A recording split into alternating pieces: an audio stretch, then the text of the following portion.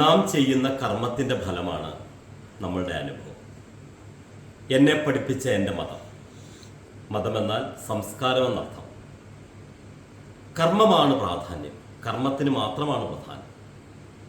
ഭഗവത്ഗീതയിൽ ഭഗവാൻ പ്രഥമാധ്യായം അർജുന വിഷാദയോഗം, ദ്വിതീയാധ്യായം സാഖ്യയോഗം, അതിനുശേഷം തുടർന്നുള്ള 11 അധ്യായത്തിൽ കർമ്മയോഗ ഫലത്തെക്കുറിച്ചാണ് ഭഗവാന്റെ വിവരണം. അതിനുശേഷമാണ് ഭക്തിയെക്കുറിച്ച് പറയുന്നത്. അതിനർത്ഥം നമ്മളുടെ പ്രവൃത്തികളാണ് നമ്മളുടെ വിജയത്തിന് ആധാരമെന്നർത്ഥം.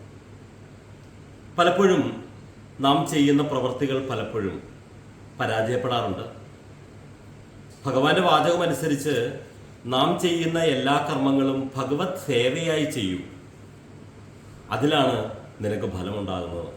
അതിനർത്ഥം നമ്മൾ ചെയ്യുന്ന കർമ്മത്തിൻ്റെ ഫലം ആഗ്രഹിക്കപ്പെടാതെ ഭഗവാന് വേണ്ടി ചെയ്യൂ, അവിടെയാണ് നിന്റെ വിജയമെന്നാണ് എൻ്റെ സംസാരം. ഞാൻ ഇന്ന് സംസാരിച്ച വിഷയം അതല്ല. തുടക്കത്തിൽ അങ്ങനെ ഒരു വാചകം വന്നു എന്ന് മാത്രമേ ഉള്ളൂ. നമ്മൾ പലപ്പോഴും സാമ്പത്തികമായിട്ട് ധാരാളം വിഷമതകളും പ്രയാസങ്ങളും ഒക്കെ അനുഭവിക്കുന്ന ഘട്ടങ്ങളിലൂടെ കടന്നു പോകുന്നവരാണ്. ഹൈന്ദവ വിശ്വാസം അനുസരിച്ച് മഹാലക്ഷ്മിയെ പ്രീതിപ്പെടുത്തുകയാണെങ്കിൽ സാമ്പത്തിക ഭദ്രത, സാമ്പത്തിക നേട്ടം, സാമ്പത്തിക ഗുണങ്ങൾ നമുക്കുണ്ടാകും എന്നാണ് വിശ്വാസം. അതുകൊണ്ട് തന്നെ നമ്മുടെ കർമ്മത്തിനോടൊപ്പം, കർമ്മത്തിനാണ് പ്രാധാന്യം എന്നുള്ളത് കൊണ്ട് തന്നെ കർമ്മത്തിനോടൊപ്പം ഭക്തിയിലൂടെയും നമ്മൾക്ക് സാമ്പത്തിക ഭദ്രത ഉണ്ടാക്കുവാൻ സാധിക്കും. അതിനായി എല്ലാ ദിവസവും മഹാലക്ഷ്മി സ്തവം മുടങ്ങാതെ ഗ്രഹത്തിങ്കൽ ജപിക്കുന്നത് വളരെ വളരെ ഉണ്ടാക്കാൻ സാധിക്കും എന്നുള്ളത് തന്നെയാണ് സത്യം. എന്നാൽ പൗർണമി അനുബന്ധിക്കുന്ന സമയം, അതായത് ശുക്ലപക്ഷക്കാലം,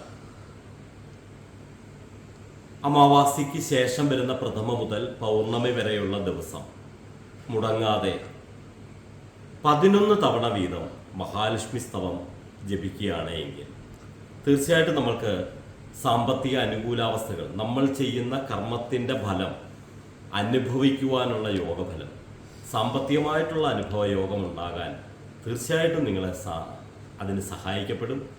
എല്ലാവരും മഹാലക്ഷ്മി സ്തവം ഭഗവതിയെ മനസ്സുകൊണ്ട് സങ്കല്പിച്ച് പ്രാർത്ഥിച്ച് ഭക്തി പുരസ്കരം ജപിക്കുകയാണ് എങ്കിൽ തീർച്ചയായിട്ടും അത് ഗുണകരമായി തീരും. നന്ദി.